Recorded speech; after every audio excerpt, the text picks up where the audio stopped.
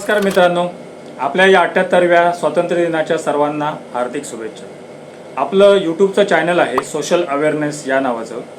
या social awareness चॅनलचा मुख्य उद्देश असा होता की आपण याच्यावर ज्या दैनंदिन जीवनातल्या समस्या आपल्याला भेडसावत आहेत त्याचं निरासन करण्यासाठीच किंवा त्या समस्याचं अवेअरनेस करण्यासाठी आपण हे चॅनल उघडलं होतं। आणि या चॅनलच्या पहिलाच आपण जो भाग घेतला होता तो सायबर अवेअरनेस असा होता।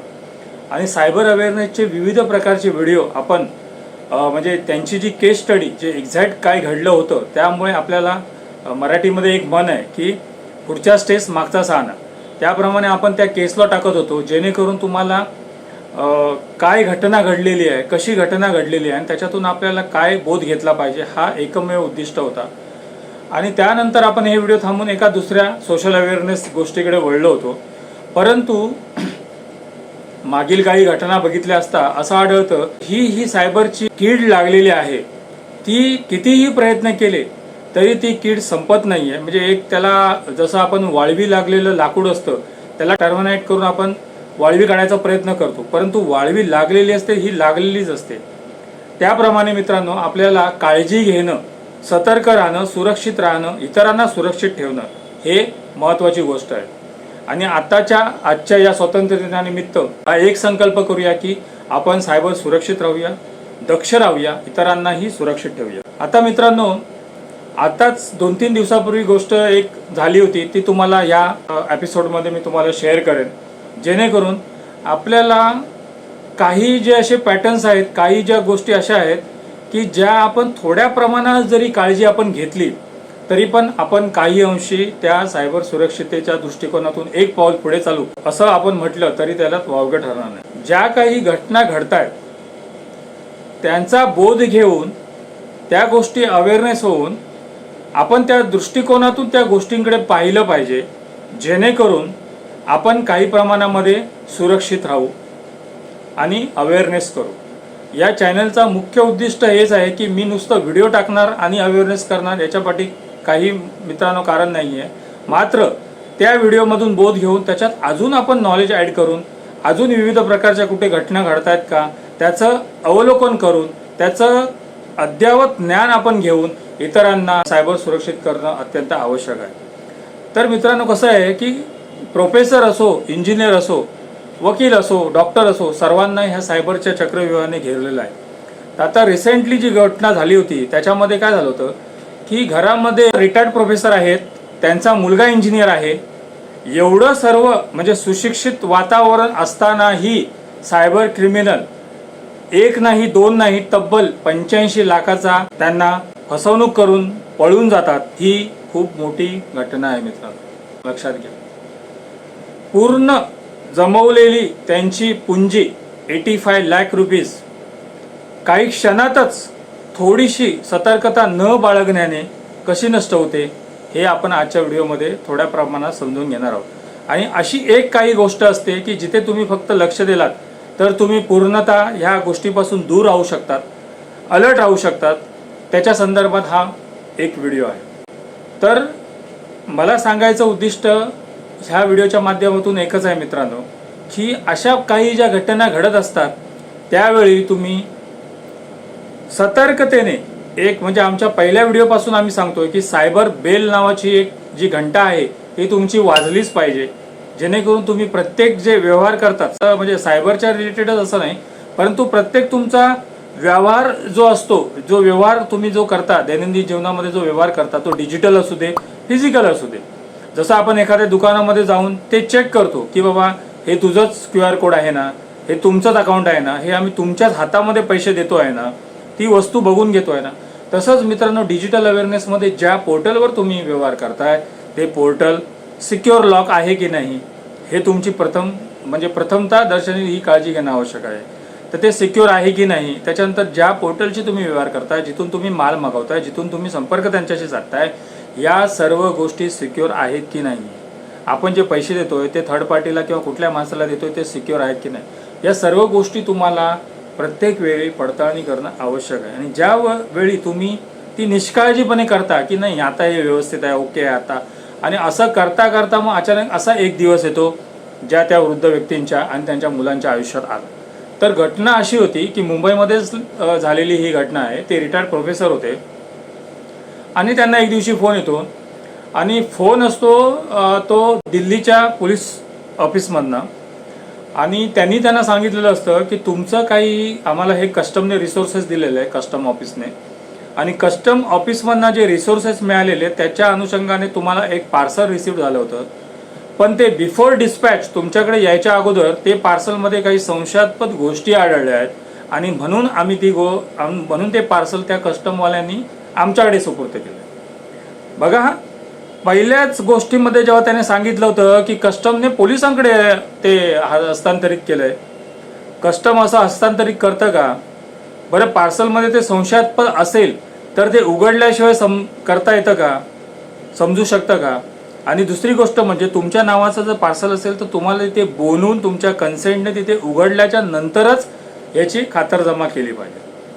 परंतु त्यांनी सांगितलं आणि त्या पोलिसांनी ह्यांना सांगितलं की तुमच्या नावाने अरेस्ट वॉरंट निघालेलं आहे आणि आम्ही आता दिल्लीवरनं लगेच एक पोलिसांची टीम तुम्हाला पाठवतोय, तुम्हाला अरेस्ट करण्यासाठी पाठवतोय.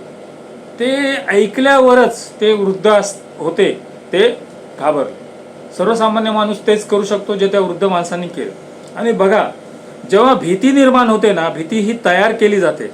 सर्वप्रथम सायबर क्रिमिनल जे आहे, म्हणून आम्ही मागे पण बोललो होतो की सायबर क्राईम हा नुसता एक डिजिटल फ्रॉड नाही आहे, तर हे एक सायबर टेक्नॉलॉजी आहे. त्यांचं एक मानसिक शास्त्र आहे, हे लक्षात करून घ्या. की त्यांनी जेव्हा हा कॉल केला तेव्हा त्यांनी काय केलं, भीती तयार केली. तुमच्या मनामध्ये भीती तयार केली की तुम्हाला कुठल्याही वेळी अरेस्ट होऊ शकतं. आणि ते झाल्यानंतर 2 ते 3 तासामध्ये त्यांनी काय केलं, ही जी टेक्नॉलॉजी ते वापरतात ना त्यामध्ये तुम्हाला विचार करायला वेळ देत नाहीत मित्रांनो. म्हणजे एकदा त्यांनी ते चालू केलं, त्यांचं शास्त्र आणि त्यांचं पूर्ण सायंटिफिक ही जी मेथड आहे ती त्यांनी ही चालू केली की त्याच्यामध्ये ते सायकोलॉजिकल तुम्हाला विचार करायला वेळ देत नाही. तर त्या अनुषंगाने त्यांनी 2 तासामध्ये त्यांना त्यांच्या व्हॉट्सअपवर एक मेल पाठवला, म्हणजे मेलची स्क्रीनशॉट पाठवली. आणि लगेचच त्यांना विचारलं गेलं तिथे की तुमचा ईमेल आय डी काय आहे. तर ईमेल आय डी त्यांनी सांगितला कम्युनिकेशन करण्यासाठी, नाहीतर आम्हाला प्रत्यक्ष नियरेस्ट पोलीस स्टेशनला जावं लागेल किंवा तुम्हाला आम्ही ईमेल आय डीवर तो तुमचा अरेस्ट वॉरंट हे करतो म्हणून. तर 5 ते 10 मिनिटामध्ये त्यांच्या रजिस्टर ईमेल आय डीवर दिल्ली पोलिसांकडून ईमेल आला आणि अरेस्ट वॉरंटचा त्यांचा ईमेल आला. जे अरेस्ट वॉरंट होतं ते त्याच्या ईमेल आय डीवर पाठवलं. आणि ते केल्याच्या नंतर त्यांनी त्या वृद्ध नागरिकांनी, ज्येष्ठ नागरिकांनी आपल्या मुलाशी आणि आपल्या घराशी डिस्कशन केलं. तर त्यांनी सांगितलं आपले परदेशामध्ये बरेच असे कॉन्टॅक्ट आहेत, पण आता हे पार्सल कोणाच्या नावाने पाठवलं आहे, काय केलं आहे, तर आता हे म्हणजे आता याला आपल्याला सामोरं जावं लागेल, पण कसं करायचं. त्यावेळेला त्यांनी परत त्या माणसाचा फोन आला, दिल्ली पोलिसचा परत त्यांना फोन आला आणि त्यांनी सांगितलं की जे पार्सल तुमच्या नावाने आलेलं आहे त्याच्यामध्ये काय आहे मित्रांनो, बघा, 50 आधार कार्ड, 15 पॅन कार्ड, 26 विविध प्रकारच्या बँकेची खाती आणि विविध प्रकारचे छोटे ड्रग्सची 50 पाकिटं. झालं. त्या अख्ख्या बॉक्समध्ये त्याने अशा प्रकारचं कंटेंट सांगितला की जेणेकरून त्या वृद्ध नागरिकाची, म्हणजे जे सामान्य अरेस्ट करणार कशासाठी करणार, पार्सलमध्ये काही नाही, ह्या अवस्थेमध्ये जो होता त्या अवस्थेमधना त्याला अशा बिकट अवस्थेमध्ये त्यांनी आणून टाकलं की त्यांच्या मेंदूने कुठल्याही प्रकारचा विचार करू नये आणि हे जे काही आलेलं आहे याच्याशी सामना करण्यासाठी आम्हाला आमच्याशी संपर्क करावा, अशा प्रकारचं त्यांनी हे केलं. नंतर काय आलं मित्रांनो, त्यांनी बघा पहिलं कॉल केला, पार्सलला सांगितलं, कस्टमरना कॉर्डिनेशन सांगितलं, ईमेल आय डी घेतला, ईमेल आय डीवर स्क्रीनशॉट पाठवलं आणि रजिस्टर ईमेल आय डीवर पण त्यांना तो वॉरंट म्हणजे वॉरंट पाठवून दिलं आणि त्यांना त्या परिस्थितीमध्ये त्यांना अडकवून ठेवलं. आता पुढची सिच्युएशन बघा की ह्याच्या अगोदर काय होतं की ते काय सांगायचे, जे पोलीस लोक जे होती दिल्लीची, म्हणजे आपण मागे पण व्हिडिओ घेतलेला आहे, हा वेगळा व्हिडिओ का सांगितला, का घेतो, त्याच्या पाठी हेच करत आहे की त्यांनी काय सांगितलं, म्हणजे आतापर्यंत काय व्हायचं की हां तुम्ही आम्हाला एक अमुक अमुक रक्कम द्या, मग आम्ही हे सेटल करतो. आणि ती काही रक्कम दिल्याच्यानंतर ते सेटलच्या नावाखाली, म्हणजे गुन्हा झालेलाच नसायचा पण सेटलच्या नावाखाली ते जोपर्यंत पैसे मिळतात तोपर्यंत काम चालू करायचे, अशी ही मोडस ऑपरेंडी होती. परंतु हे गुन्हेगार कसे विविध प्रकारचे नवीन क्लिप्त्या वापरतायत, युक्त्या वापरतायत आणि कसे हे पुढे जात आहेत, त्याचा हा जिवंत उदाहरण ही केस स्टडी. तर त्याच्यामध्ये त्यांनी काय सांगितलं, त्यांनी पैशाची मागणी केली नाही. लक्षात घ्या, त्यांनी पैशाची मागणी त्यांच्याकडून केली नाही. त्यामुळे त्या वृद्ध नागरिकांचा, म्हणजे जे प्रोफेसर होते त्यांचा आणि त्यांच्या मुलांचा, त्या घटनेवर विश्वास बसला. विश्वास संपादन त्यांनी केला. कुणी केला? दिल्ली पोलिसांनी विश्वास संपादन प्रथम केला. नंतर त्यांनी सांगितलं की हे जे सगळं प्रकरण आहे हे इंटरनॅशनल सायबर फ्रॉड आणि इंडियामधला सायबर फ्रॉड यांच्याच्या संदर्भातील आहे आणि यांच्या इमिजिएट इन्व्हेस्टिगेशनचे आम्हाला ऑर्डर्स मिळालेले आहेत, त्यामुळे तुम्हाला अरेस्ट करणं अत्यंत आवश्यक आहे. परंतु बघा, प्रत्येक वेळी जेव्हा परंतु येतो तेव्हा तुम्हाला लक्षात घेणं आवश्यक आहे. परंतु तुम्ही ज्येष्ठ नागरिक आहात, त्यामुळे तुम्ही एक काम करा की तुम्ही कोणाशी संपर्क साधू नका. तुम्हाला आम्ही हे कन्सेशन देतोय because of you are the senior citizen. आणि त्यामुळे तुम्ही काय करा, तुमच्या घरामध्ये एक अशी रूम असेल, त्या रूममध्ये तुम्ही जा आणि स्वतःला आतमध्ये बंद करून घ्या. कोणाशी संपर्क करू नका. कारण जशी आम्ही अरेस्ट केली असती तुम्हाला आणि कोणाशी संपर्क साधू दिला नसता आणि तुमच्याशी आम्ही इन्व्हेस्टिगेशन केली असती, चौकशी केली असती, तशीच चौकशी आम्ही तुमची या बंद दाराआड करणार आहोत. जेणेकरून तुम्ही हे प्रतिष्ठित नागरिक आहात, तुम्ही प्रोफेसर आहात आणि तुम्हाला ह्या सर्वसामान्य म्हणजे कॉमन जे तुमचं जिथे राहता त्या रेसिडेन्समधनं तुम्हाला आम्ही अरेस्ट करून तुमच्या प्रतिष्ठेला धोका पोचू शकतो. बघा, हा तुमच्या प्रतिष्ठेला धोका पोचू शकतो. म्हणून आम्ही ही टेम्पररी अरेंजमेंट तुमच्यासाठी तुमचं वय बघून करत आहोत. विश्वास संपादन करायचं, फॅसिलिटी त्याला द्यायची, ही कशी कशी द्यायची, कसं कसं त्याला घ्यायचं आपल्या जाळ्यामध्ये, याची ही त्यांनी पूर्णतः तंत्रज्ञान, म्हणून मी शास्त्र म्हणालोय, हे तंत्रज्ञान त्या सायबर क्रिमिनल लोकांनी शिकून घेतलेलं आहे. आता पूर्वी जसे ते OTP BTP घ्यायचे आणि करायचे, असा हा प्रकार राहिला नाही. कारण हा प्रकार एक हजारो किंवा एखादा लाख रुपयाचा नाही आहे मित्रांनो, हे 80 ते 85 लाखाचा हा पूर्णतः फ्रॉड आहे. त्याच्यामुळे जी टीम त्यांची सायबर क्राईम म्हणजे जी गुन्हेगारांची इन्व्हॉल्व होती, हेही त्यामध्ये तज्ज्ञ असे सायबर क्रिमिनल्स होते. तर त्यांना त्या बंद दाराआड, म्हणजे एखादी एक खोली होती त्याच्यामध्ये त्यांना बंद केलं गेलं. त्यांनी स्वतःहूनच ते खोली बंद केली गेली आणि कम्युनिकेशन करण्यासाठी फक्त एक मोबाईलचा डिव्हाइस आणि त्यांचं इंटरनेट बँकिंगच्या काही प्रोसिजर असतील त्या त्यांना अलाउड करायलाच त्यांच्यामध्ये सांगितलं. आणि सेफ्टीसाठी मुलाला पहिलं कम्युनिकेशन करायला दिलं त्यांनी की बाबा कन्फर्म करण्यासाठी. त्याच्यामध्ये व्हिडिओ कॉन्फरन्स त्या लोकांनी सुरुवातीला केला.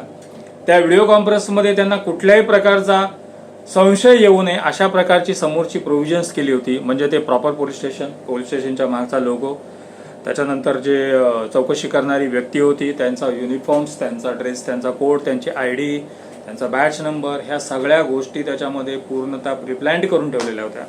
आणि तसा तो व्हिडिओ कॉन्फरन्स केला गेला. त्याच्या इंजिनियर मुलाला, म्हणजे जे ज्येष्ठ नागरिक आपले होते त्यांच्या मुलाला त्यांनी पूर्णतः खातरजमा केली की बाबा आम्ही हे इन्व्हेस्टिगेशन करतोय आणि हे तुमच्या कंट्रोलमध्येच असणार आहे.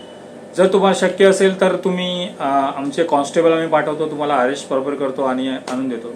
परंतु तुम्ही असं म्हणताय की याच्यामध्ये तुमचा काही हात नाही आणि तुम्हाला फसवलं गेलं आहे, त्यामुळे आम्ही प्रायमरी जी इन्व्हेस्टिगेशन आहे ती आम्ही तुमच्याशी करतो.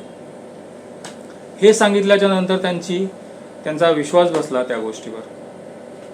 आणि विश्वास बसल्याच्या नंतर एकदा विश्वास बसला, एकदा जाळ्यात बसले तुम्ही की संपलं. मग तुम्ही बाहेरच्या ज्या विविध प्रकारच्या विंडोज आहेत त्या तुम्ही तुमच्या मेंदूच्या बंद करून ठेवता आणि समोरचा जो काही माणूस असतो, जो क्रिमिनल असतो, ते सांगतो त्या तुम्ही फक्त ऑर्डर्स फॉलो करता. सायबर संमोहन ह्याला म्हटलं तरी पण वावगं ठरणार नाही. तर त्या बंद दाराआड पुढे जी इन्व्हेस्टिगेशन त्यांची झाली ती आपण पुढच्या एपिसोडमध्ये लगेचच हा एपिसोड टाकणार, पण या व्हिडिओची साईज थोडी मोठी होते म्हणून आपण लगेच दुसरा एपिसोड बनवू आणि तो टाकू.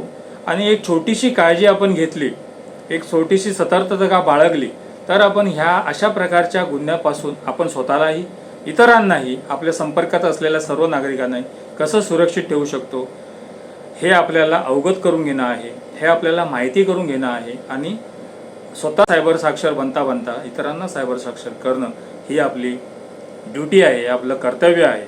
आणि यातूनच या स्वातंत्र्य दिनानिमित्त मी असं म्हणेन की स्वातंत्र्य दिन साजरा करत असताना सायबर स्वतंत्र होणं, सायबर रिलेटेड काही गोष्टी किंवा गुन्ह्यापासून आपण पूर्णतः स्वतंत्र होणं अत्यंत आवश्यक आहे. जय हिंद, जय महाराष्ट्र.